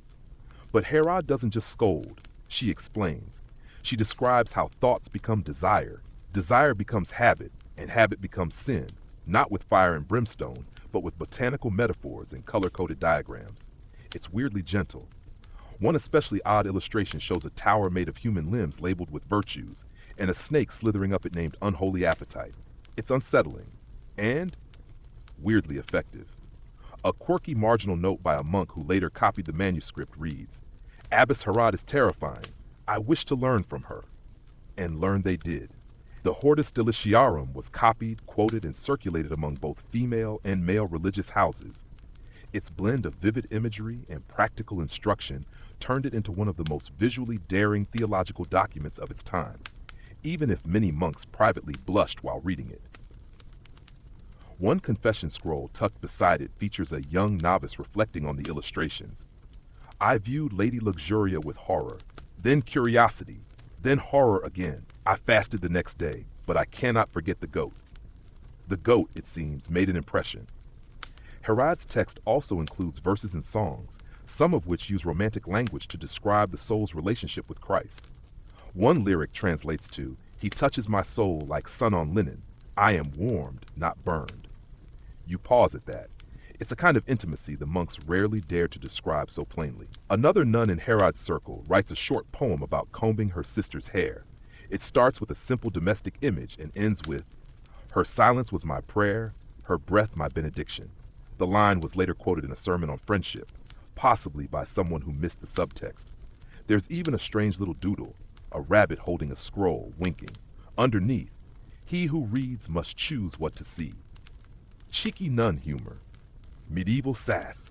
Herod's influence went far beyond illustration. She created a space where education and emotional honesty could coexist, where the body wasn't feared, just understood, where even sin was something to be examined gently, with wit and color and a goat named metaphor. Brother Gillum adds, some think she was pushing back against male theology, against cold doctrine, or maybe she was just teaching the way she saw the world, vivid, complex, and beautifully strange. Outside, a bell tolls softly. A group of novices shuffle past, arms full of cabbages. You wonder how many of them would recognize themselves in Herod's garden. You wonder how many already do. You close the scroll. This wasn't a scandalous text, it was a guide, a kaleidoscope of theology wrapped in song lyrics and vine scroll doodles and fruit metaphors that go too far. And at the heart of it, a woman telling her sisters, and possibly the entire church, that learning doesn't have to be dry, and that the soul, like any good garden, needs sunlight, water, and a few wildflowers that shouldn't be explained. You've wandered back into the warmer wings of the abbey now, where sunlight filters through high windows and casts soft halos around the dust motes like they're tiny floating saints. Brother Gem opens the next scroll with a somewhat rueful expression and mutters, "Brace yourself. The monks got weird about Mary." That's not the introduction you expected, but he's right. This section of the archive, faded, lovingly thumbed, houses devotional texts to the Virgin Mary. But not just any texts. These are intimate, lavish, deeply symbolic, and sometimes unexpectedly anatomical. The first passage you read starts simply enough. "O Mary, lily of the valley, star of the sea, tower of ivory." So far, so standard. Then it continues. "Your womb is the chamber of light, your breasts twin fountains of wisdom, your thighs pillars upon which rests the gate of heaven." You blink. Gillum shrugs. Symbolism. The medieval devotion to the Virgin Mary was more than reverence. It was obsession. She represented purity, motherhood, mercy, the unreachable ideal. But monks wrote about her not as a distant statue, but as a living, breathing woman. They described her hands, her skin, her milk, her warmth. Historians still argue whether these texts were sincere expressions of spiritual longing, unconscious projections of maternal hunger, or subtle outlets for repressed sexuality. The answer might be all three. One monk writes a meditation on the Nativity from Mary's perspective. In it, she describes nursing the infant Christ. But the monk doesn't stop at "she fed him." He writes, "She drew him close, her bosom bare in moonlight, and the warmth of her body sanctified his breath." You weren't prepared for that. Another text contains a prayer that begins, "Blessed be your womb, O gentle gate of redemption, warm as spring and veiled like the tabernacle." It continues for several pages, describing the architectural perfection of Mary's physical form. The scribe takes a theological detour into how the incarnation required the perfect maternal vessel, and then circles back to the curve of her side, a new ark of covenant. There's even a scroll entirely dedicated to Marian milk. Yes, milk. Titled Lac Virginis Mirabilis, it discusses the spiritual symbolism of Mary's breast milk as nourishment for the faithful. It was copied, referenced in sermons, and painted in more than a few devotional frescoes. One version describes monks drinking her milk in visions as a symbol of divine grace. A bit intense. A bit Freudian. You glance up. Brother Gillum smirks. There was a lot of milk. A particularly detailed meditation describes the moment of the Annunciation, the angel's greeting, Mary's trembling, her flesh quickened by divine wind. You can feel the monk trying to stay theological, but the phrasing starts to slip. He writes, "Her yes opened not just the world, but the tender veil between heaven and skin." That's not exactly subtle. One peculiar marginal note, scribbled in a different hand, reads, "Brother Anselm blushed while copying this for Preft." In other scrolls, Mary is described in bridal terms. One monk writes, I am wed to no woman, yet my bride is the virgin. I carry her candle in my heart and sleep with her name in my breath. The blending of chastity and desire is dizzying. Another text contains a strange scene where Mary appears to a monk in a dream, offers him a rose, and says, "Tend it and do not pluck it." It's unclear whether this is a call to chastity, gardening, or just the weirdest dating metaphor of the century. A more grounded passage explores the idea of Mary as mother, not just to Christ, but to the monks themselves. One brother writes, "When I kneel in darkness, I feel her hand on my shoulder. I weep, not from sin, but from knowing she sees and does not turn away." It's tender, raw. You get the sense that Mary wasn't just a doctrine. They needed her. She was comfort, forgiveness, the one figure in their rigid world who embodied softness without threat. And yet, the symbolism kept turning physical. A poetic verse from an unnamed monk begins, "I kissed the earth that knew her steps. I kissed the bread that bore her shape. I kissed the air she breathed." It's passionate, consuming. You wonder if he ever read it aloud, or if he even could. Brother Gilham points out one of the odder details. Some monks would sleep with small wax statues of Mary, not idols, just companions. One such statue was found centuries later beneath a collapsed abbey wall. Its face was worn smooth, its feet kissed clean. A quirky tidbit appears in a margin beside a particularly lush Marian hymn. Do not sing this too slowly. The novices get ideas. You can't help but laugh. Even holiness had its hazards. A final scroll, marked simply "Of my mother," contains a prayer where the monk asks Mary to soften the fire in his blood. He begs not for punishment, but for gentleness. "Mother, I am not strong, but I am yours." It is not doctrine. It's a lullaby. You sit with that for a while. The silence feels deeper. Outside, the birds have hushed. Inside, the scroll's warmth lingers. These weren't men trying to desecrate the holy. They were trying to survive it. To wrap their fragile, yearning hearts around a figure who would never strike, never judge, never turn cold. And if their language sometimes slipped toward longing, perhaps that's just what happens when love has no place else to go.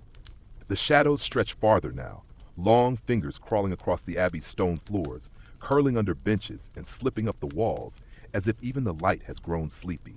The final bell before evening prayer has not yet rung, and in this soft, transitional hour, you follow Brother Gwilym back to a side room, small, low-ceilinged, and smelling of beeswax and old wool. "This," he says, lowering his voice, "is the quietest part of the archive, and possibly the loudest." You raise an eyebrow. He grins. "Welcome to the scrolls of sound." At first you think he means music, Gregorian chants, echoes of bells. But no, he's talking about what monks heard when the singing stopped, when the prayers ended, when the candles burned low, and the dormitories filled with dozens of breathing, dreaming, shifting men wrapped in silence and not. The scroll he hands you is unassuming. Thin parchment, hasty script, titled simply De Sonitu Nocturno, on the sounds of the night. You begin to read. The first line is blunt. Silence is not silent. The monk continues. In the hours after Compline, when the body lies still but the mind cannot, there is a world of sound that speaks its own confessions. I hear sighs and rustlings, a whispered prayer, a stifled sob, a name once repeated like a chant. The wood creaks under shifting weight. A breath catches, feet flex, linen tightens, then loosens again. You realize this isn't just writing, it's listening. Not theology, but oral anthropology. The monk has documented, with almost obsessive precision, what the dormitory sounds like after the lights go out. And it is not as quiet as you think. He records specific nights. On Tuesday, Brother Hugo muttered the entire Magnificat in his sleep. On Wednesday, Brother Etienne sighed 13 times. On Thursday, someone whispered the name Laurent. No one responded.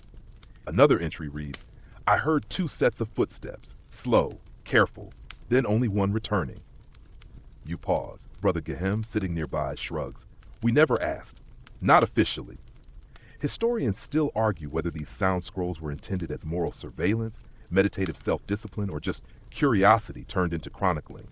But the detail is remarkable. A separate scroll, likely written by a different monk, includes a rough floor plan of the dormitory with annotations. Brother Matthias snores like a plow horse. Brother Anselm talks in dreams, says sorry often. Brother Pierre, quiet sleeper but kicks murmurs. One peculiar addition, Brother Jar hums a lullaby in his sleep. possibly from childhood, possibly from memory of someone else. There's something so tender in that. These weren't accusations, just observations. The quiet truths of men who had vowed silence but still made sound when they thought no one was listening. Another scroll is written in short haiku-like lines. You read a few. One whispered name. Not a saint, no one moved. Blankets shift, the sound of breath, wanting. I closed my eyes, the floor creaked, not the wind. Further into the bundle, you find more emotional entries. Tonight I heard weeping, not loud but steady, a slow rhythm like water dripping from the eaves. I lay still. I did not ask. I do not need to know who. Grief is a shared garment in this place. And someone was praying in a whisper. Not a psalm, a plea. Perhaps to God, perhaps not. I do not judge. You wonder who wrote these things and why. Was it just to get it out, to speak aloud without breaking the vow? A particularly startling scroll details a week-long project. The author committed to staying awake for 7 nights straight, writing only what he heard. You read, day 1, mostly breathing. A cough, someone said no. I think they were dreaming. Day 3, 2 voices, soft. One said forgive me, the other nothing. Day 6, there was a dream moan. It sounded like pain, or something else. He ends the scroll with, we are men in rows, we vow silence, but our bodies forget. Brother Gilham points to a side note. This scroll was later hidden in the herbarium for reasons unknown, possibly placed there by the abbot, dissect possibly by the author himself. There's even a scroll of sound rankings, where a monk rated the most common nighttime noises. 1 star, occasional toe stubbing. 2 stars, dream psalm humming. 3 stars, whispered confession, unintelligible. 4 stars, creaking floorboards, suspicious. 5 stars, a name said clearly, followed by deep sigh. You can't tell if he was being devout or sarcastic, probably both. One final scroll simply reads, I heard my name last night, Yubach, not from a dream, not from the wind, I did not speak, but I felt it. That entry is unsigned. A faint fingerprint smudge remains near the bottom corner, as if the author lingered there, unsure whether to write more. You lean back. These weren't erotic tales. They weren't doctrinal arguments. They were echoes, bits of humanity bleeding into the dark, resisting the silence they swore to uphold. The monks didn't always act, but they always heard, and they wrote it down.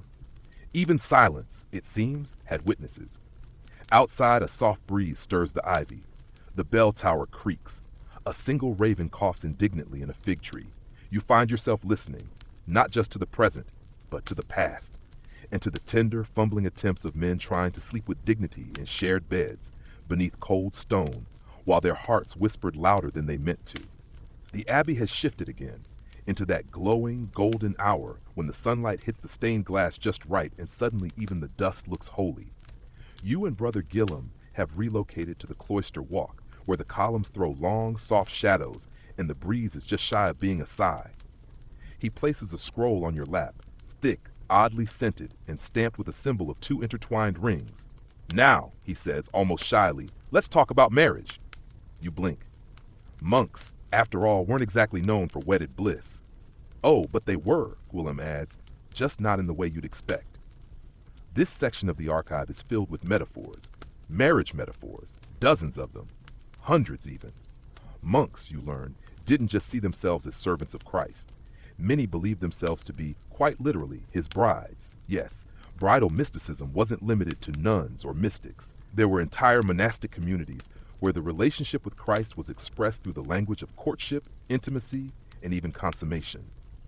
The imagery is lush, romantic, and often uncomfortably personal. One monk writes, I enter the chamber of the word. He removes my fear like a veil. He knows my name not as the world names, but as lovers do. That's not distant theology. That's whispered yearning. It's bridal. It's bold. Historians still argue whether this language was purely metaphorical, or whether it functioned as a sanctioned outlet for emotional and sensual longing. After all, monks weren't allowed romantic partners.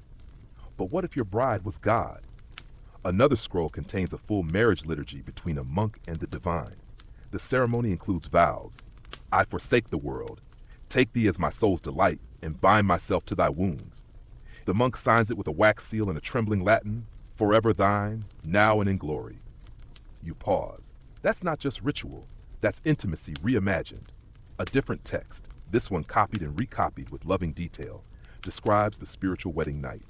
I lay in silence and he came, not with thunder but warmth. He pressed his light upon my chest and I wept, not in shame but recognition. Brother Gilham watches your expression. Some abbots were uncomfortable with it, he admits, but they didn't stop it. They couldn't. It was too devotional. A quirkier entry appears next, a monk's list titled What to Bring to the Wedding. It includes a clean tunic, an empty heart, a psalm memorized backwards for humility, rosewater if available. You laugh, and Gilham does too.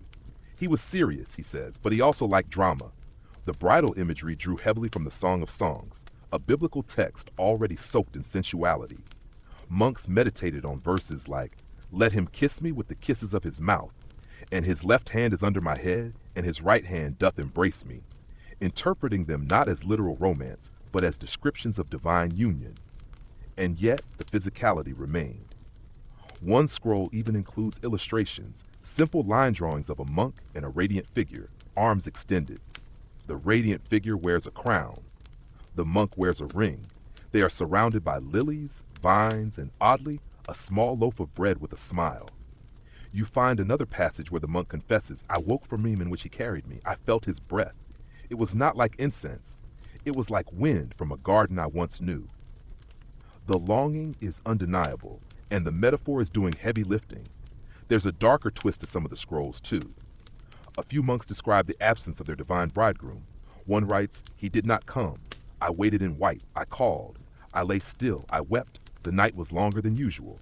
Another, "Have I been found unworthy? Did my sins undo our vows?" The language is heartbreak, not heresy. A particularly poetic monk wrote a full cycle of love letters to Christ. Some are ecstatic, filled with devotion and praise. Others are quiet, confused like this one. "I feel you near, but do not hear you. Are you silent, or am I too loud with myself?" It reads like someone abandoned at the altar.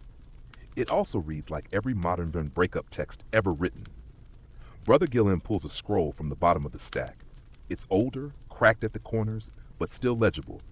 In it, a monk describes a moment of spiritual clarity during the Feast of Corpus Christi. He writes, "I received him into my mouth and felt married anew. His presence in me, not symbol, not memory, but reality." You glance up. Gilham simply says that one was banned in 3 priories and memorized by half the choir. A curious marginal note adds, "The novice who read this blushed so hard he dropped his candle." Another voice later scribbled beside it, "We kept the candle and the text." There's even a long passage titled On the Veil and the Ring, where a monk describes his novice habit as a bridal veil, and the tonsure, the shaving of his crown, as a symbol of devotion, of belonging. "I am no longer for the world," he writes, "I am his." That idea of monastic commitment as marriage gave monks a framework for longing. They weren't suppressing their desire, they were redirecting it, transmuting it into prayer, into poetry, into pages and pages of painfully beautiful metaphors that managed somehow to sound chaste and fevered at the same time. You close the last scroll just as the chapel bell rings. Evening prayer calls, but in your mind you still hear the vows, still see the trembling hands signing that parchment, still feel the weight of a metaphor too fragile to hold, but too dear to let go. Not all brides wear veils, and not all grooms wear crowns, but sometimes in the silence of a stone-walled dormitory, a monk closes his eyes and waits, wrapped not in white, but in longing. The abbey has entered its last act of daylight. A honey-colored hush settles over the stones, softening every corner. You and Brother Gilham have found your way to the sacristy, cool, quiet, and lined with shelves of iron keys, hand-stitched altar cloths, and a mysterious drawer labeled only with a single Latin word, tentatio, temptation. He opens the drawer with a theatrical flourish. Inside is a bundle of scrolls tied with black thread. "Punishments," he says simply, "but not the dramatic ones." You settle on a bench as he hands you the top parchment. It's titled De Penitentia Interiori, on interior penance. Not about public shaming, not even flagellation. These scrolls tell of how monks punished themselves or were gently corrected by their superiors for lustful thoughts. Not deeds, just thoughts. And the remedies? They were as varied and strange as you might expect from men determined to purify their minds with medieval creativity. The first scroll lists mild correctives, in neat script, cold water face washing before morning prayer, avoiding eye contact during meals for 1 week, eating only barley porridge with no honey, wearing a hair shirt under robes, sitting during psalms instead of standing. You read a monk's confession. My gaze lingered too long upon Brother A while he knelt in garden. I requested the Psalter in Latin with no gloss for 7 days, and sang the verses while walking backward. That's dedication, and possibly a coordination hazard. Historians still argue whether these gentle penances were effective spiritual tools or just theatrical reminders that desire must be managed with ritual rather than repression. Either way, monks took it seriously. One scroll begins with, "Today I touched my own hand and thought of another. I bathed in cold water and refused my second crust of bread." The marginal note beside it reads, "He took the bread anyway. We forgave him." Not every response was so poetic. One monk writes, "I prayed during morning cleaning. Thoughts came anyway. I scrubbed the privy stair with vinegar and sand." That might not sound like penance, until you remember medieval staircases were essentially vertical mossy torture devices. Brother Gilham pulls out a thinner scroll with a crooked title, "For Novices Who Are Troubled by Warmth." It offers practical advice such as, sleep on boards, not straw, confess to an older monk, preferably one with poor hearing, never bathe alone, if tempted, chew bitter herbs. The last suggestion includes a side note. Mint can backfire. Fennel is best. One particularly memorable case involves a monk who reportedly found himself aroused by the sound of a flute during Vespers. His penance? Spending 2 weeks in silence, copying the Book of Numbers, twice. A later scribe writes beside this entry, he was never fond of music again. A different scroll contains what appears to be a self-imposed questionnaire. Did I think of Brother L today? Was it before or after prayer? Did I imagine his smile, hands, voice, or posture? Did I confess, distract, or surrender? At the bottom, distracted, failed to confess, will recite Psalms 42:89 with stones and sandals. You wince, but part of you also admires the determination, the sense of agency, strange though it is.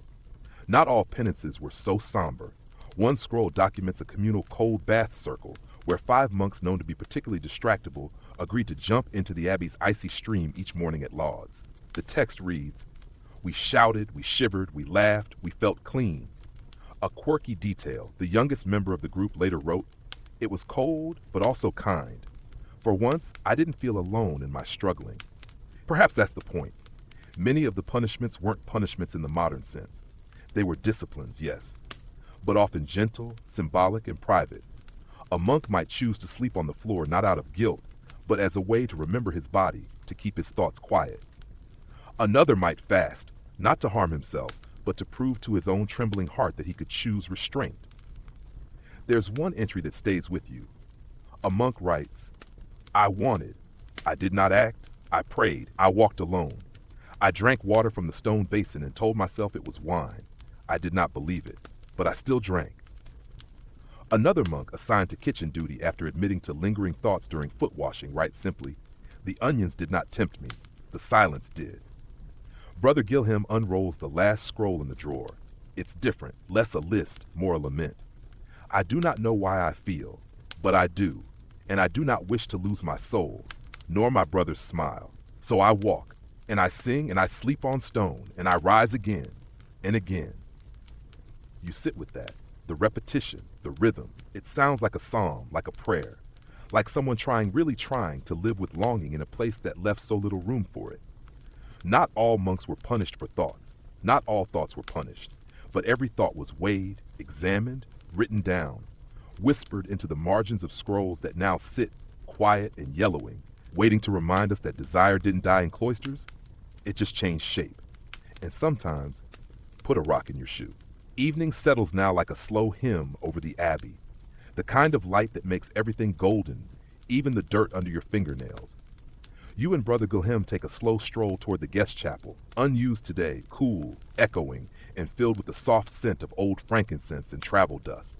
"Next," he says with a smirk, "we talk about monks on the move." Pilgrimage. You're surprised. Pilgrimage was meant to be holy, sacred journeys toward relics, toward forgiveness, toward understanding. But here, nestled in the folds of the abbey's most discreet correspondence, is another layer entirely. Monks using pilgrimage for reasons that weren't always spiritual. He hands you a scroll labeled De Via Corporis, on the way of the body.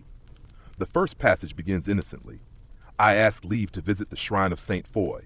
I desired healing. But the next line shifts. I found laughter at the inn, and a man who poured wine like he poured glances. The monk writes no more for 2 days, then adds, I left the next morning. I had not sinned, but I had remembered something I thought I had forgotten. Historians still argue whether these alternative pilgrimages were rare exceptions or quietly common. The evidence suggests that some monks used these sanctioned journeys not only to touch the relics of saints, but to reawaken the relics of self. In another scroll, a monk records his route to a Marian shrine in Spain. Along the way, he writes of the tight roads of the village, the musicians in the square, the washerwomen near the well. The phrasing is restrained, but the subtext, vibrant. He notes, their voices reminded me I have ears. One particularly telling entry, I saw a man dancing in colored silk. My heart stirred. I looked away, but I remembered how warmth feels. That's not scandal, that's nostalgia, and also yearning. Brother Gilham flips to a folded page marked personal. It's a letter from a monk who traveled alone to Compostela. He writes, the sea air has undone me. I see the curve of every sail, every collarbone. I pray more than I walk. I avoid eye contact. And yet I feel less lost than when I recite the Psalms beside cold walls. The letter was never sent, but that monk wrote another, addressed to no one. I do not want to sin. I want to feel something that is not stone or linen or guilt. The road gives me that. The walking, the hunger, the way a stranger's hand lingers too long when handing me bread. You find an odd, humorous scroll next. Titled Pilgrimage Log with Distractions, it lists Day 2, horse saddle broke. Day 3, blister. Day 4, temptation in a tavern. Day 5, regret. Day 6, return to chastity. Day 7, same tavern, failed. A marginal note reads, he made it to the shrine on day 10. Barefoot, devoted, exhausted. Another quirky entry includes a list of temptations on the road, including perfume worn by innkeepers, friendly carpenters, wine that makes you think you're poetic, poets who make you think you're forgiven. You laugh. It's all too human. And the monks knew it. One scroll, thinner than the rest, contains only a single reflection. I did not kiss him, but the road did. Poetic, confusing, possibly both. You come across a curious tale about a monk who, after returning from a pilgrimage to Cluny, would no longer speak at meals. He fasted more, slept less. His brothers assumed some holy transformation, but one scribe noted, I think he met someone. I think he left something behind. And then there's a scroll with no words, only drawings, crude but careful. A mountain, a sun, a bowl, a man holding another man's hand, a road winding between them. Underneath, a single Latin phrase, ambulamus simul, we walk together. Brother Gilham tells you that not all abbots approved of these emotional detours. Some banned solo pilgrimages. Others required written reports, not of spiritual revelations, but of food eaten, relics kissed, prayers said. The reports were often dry, but some monks, brave or foolish, inserted truths anyway. You read one now. I ate bread by the fire and heard laughter. I did not join them, but I watched, and I remembered how joy sounds. That sentence alone was circled by the abbot, possibly as warning, possibly as reminder. A final scroll, stained and cracked, tells the story of a monk who returned from Rome with no relics, no souvenirs, just a simple poem scratched into the edge of his psalter. I walked far, I found nothing, and in that nothing I found the face of God. It looked very much like mine, but softer.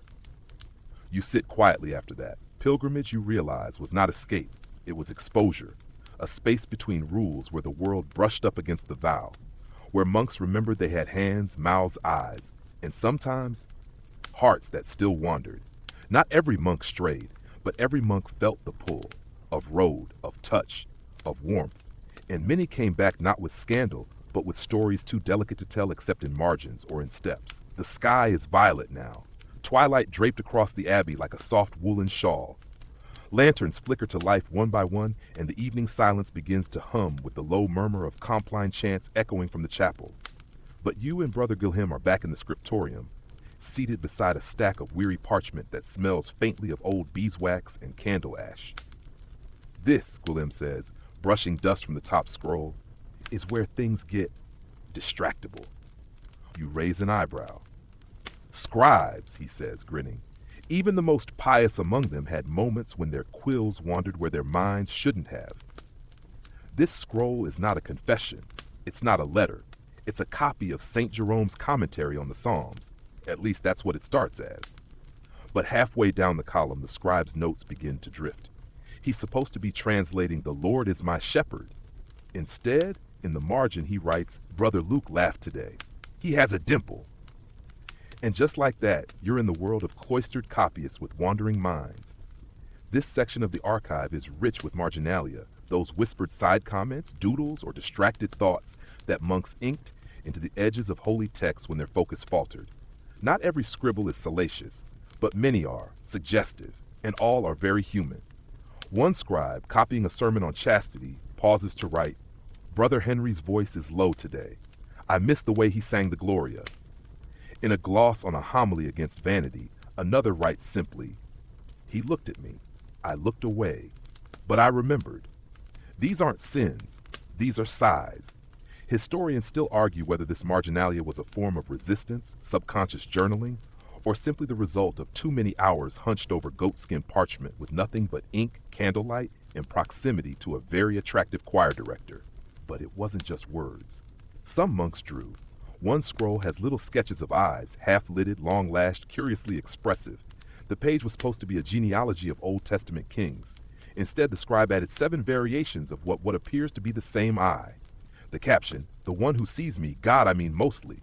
Another scribe draws hands, over and over, holding a chalice, holding a staff, then holding another hand. It's labeled unhelpfully, "Together."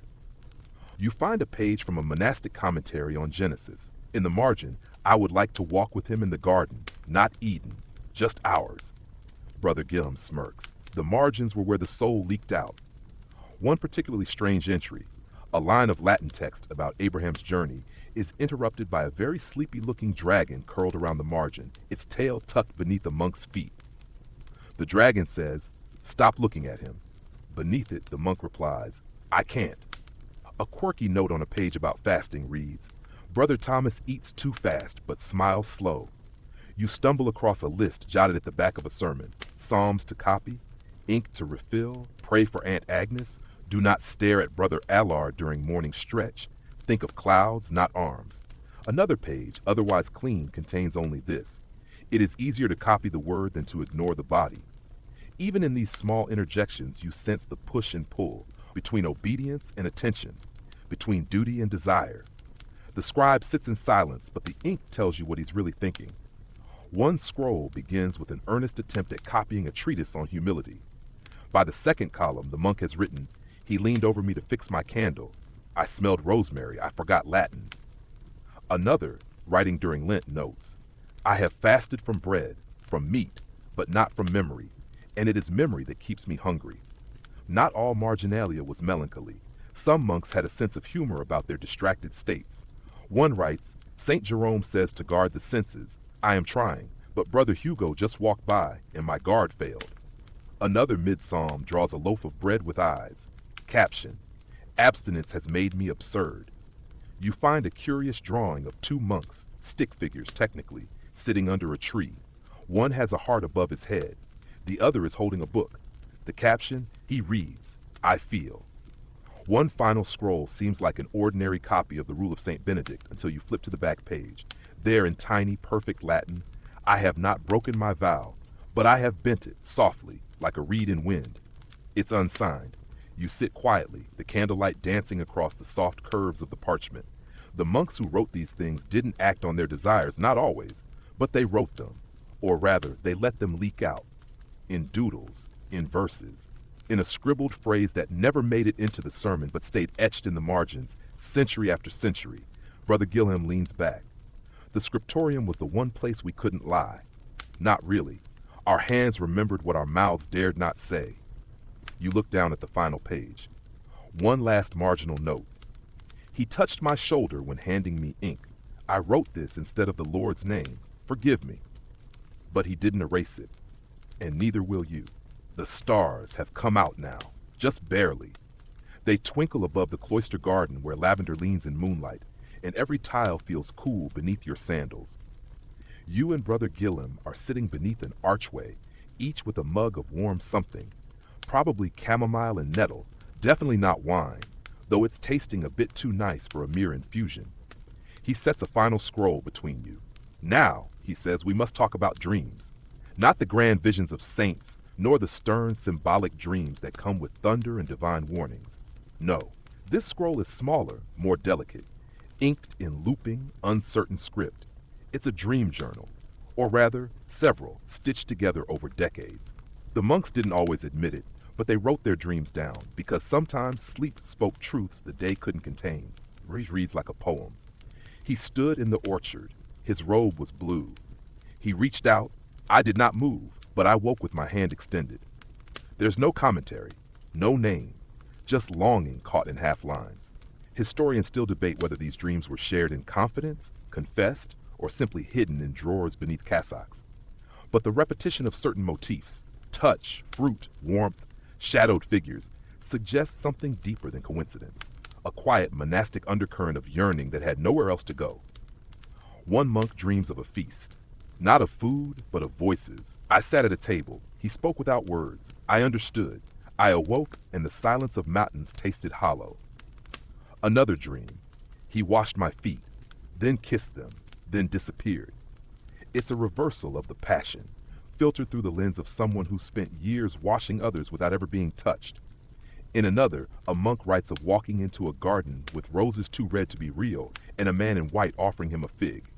I ate. I was not ashamed, I woke ashamed. You find one marked simply, feast day, year of locusts. The dream inside, he pressed my head to his chest. I heard no heartbeat, only my own. The dreams aren't always clear. One monk describes a figure with many faces. He was my brother, my confessor, my mirror. I did not know who I kissed. Another entry reads, I ran. He did not chase. I wept at the absence. Below that, the dreamer adds, I spent the next day silent, lest my words betray my heart. Some monks saw their desires in animal form. A lion with soft fur that curled against their legs, a stag with human eyes. One novice dreamt of a bird landing on his chest and whispering his name, twice, before flying off. I woke with my hands in prayer and my breath held. Others documented dreams that mirrored their daily fears. A monk dreams of being caught in the act of writing a name in the sand. The name blows away, but the guilt lingers. I did not write it again, but I still dream of sand. One of the more peculiar entries. He touched my tonsure and said it made me beautiful. I laughed. I woke smiling. I fasted. A marginal note from another hand. Do not reread this one. It weakens the will. Brother Gillum, watching your reaction, smiles. We were not saints, but we were men who tried. And dreams are where trying sometimes paused. You find a series of dreams written in the same hand, night after night. We stood by the well. He gave me water. I drank. It tasted like honey. We lay under stars. He counted them. I counted his breaths. I kissed his fingers. He disappeared. I slept in his lap, woke alone. The last entry. I no longer dream. I no longer remember. I think this is worse. Not all dreams are romantic. Some are terrifying. One monk dreams of being chased by a faceless figure who whispers his own name over and over. Another dreams of punishment, not by fire or chains, but by indifference. He saw me, then looked away. The next line, I chanted twice as long at lauds. No one noticed. One dream ends with a whisper, come with me. The monk writes, I almost said yes. A quirky moment appears in a dream where a monk finds himself at a heavenly wedding, only to realize he is the bride. The groom was faceless. I felt known anyway. Even monks who did not confess affection sometimes recorded dreams of touch. One writes, he brushed my shoulder as he passed. I woke shivering, not from cold. Another, I dreamt he died. I wept in the dream. I wept awake. And then, he is not dead, but something in me has changed. You find a scroll written by an older monk years after his novitiate. I dreamt of youth, my own. Not sinful, just warm. A summer day, a shared bench. He leaned on me. I let him. I woke and smelled lilac. There is no lilac in winter. I cried anyway. Gillum takes that scroll gently from your hands. That one, he says, was hidden in the spine of a hymn book. We found it by accident. The final dream you read is barely legible. We walked beside the river. He smiled. He took my hand, and we walked and walked and woke not at all. You sit in the silence after that. The room is darker now. A few moths tap softly against the glass panes. Monks weren't allowed to love, but they still dreamed. And sometimes, in dreams, they let themselves reach, even if only in silence, even if only in sleep. It's nearly midnight now. The abbey is as still as stone. Even the wind seems to have knelt in prayer, leaving the ivy vines motionless and the candlelight trembling on the edge of nothing. You and Brother Gilliam have returned to the cloister garden, now moonlit and whispering. The final scroll he offers you is tied in red silk. No title. This, he says, voice soft, is what monks wrote when they couldn't write anything else. Inside the scroll, you find fragments, entries left incomplete, confessions scratched out, stories that start mid-sentence and trail into silence. These aren't treatises or hymns. They're moments of honesty that the writer never meant to finish, or couldn't. The first line simply reads, I love him. Then, I cannot say more. The ink ends there. No name, no date. Another entry begins, we sat beneath the cypress tree. I remember the shape of his hand more than the prayer he spoke. It ends mid-line as though the scribe dropped the quill or thought better of continuing. Some scrolls contain full stories, fictional perhaps, but transparent. One tells of two monks who meet by accident while foraging herbs. They share wine, share silence, share a secret they never name. The final line, they did not sin, but they did not forget. Historians still argue whether these stories were allegories, exercises, or veiled truth. But the emotions feel unmistakably real. The longing doesn't read like metaphor, it reads like memory. Another passage, carefully worded, describes a monk who chooses to sleep in the infirmary, not because he is ill, but because the one he cannot stop thinking about is no longer in the dormitory. I sleep where he slept. I hope some part of him remains in the stone. Gilham watches you read, then gently taps a different scroll, this one marked only with the symbol of a closed eye. These, he says, are the words they whispered before sleep. Not prayers, not confessions, just closings. You unfurl the scroll. Forgive me for feeling. I will not speak of him again. Let tomorrow be quieter. He looked at me. I did not drown. Each line sits alone, like a candlelit step in a long corridor. You find a peculiar list titled Things I Cannot Pray About. It includes the memory of his laughter, the warmth that stayed on my sleeve, the way I looked forward to handing him bread, the question he never asked, the answer I never gave. There's a marginal note. I burn this tomorrow, but tonight I must write it down. One scroll, cracked, almost unreadable, contains only 4 words. I loved in silence. Nothing more, nothing needed. Among these whispers are also strange penances, self-assigned, poetic, and aching. I will not say his name until Easter. I will not sing the hymn that reminds me of his voice. I will scrub the cloister floor until I forget. Of course, forgetting rarely worked. One confession ends with, I have fasted, prayed, walked in the rain. Still, when I hear his sandals in the corridor, I am undone. You find a dream passage folded into the scroll, much like the ones you read earlier. He stood beside me, said nothing. I understood. And below it, scrawled like a breath, that was enough. Brother Gim places a hand on your shoulder.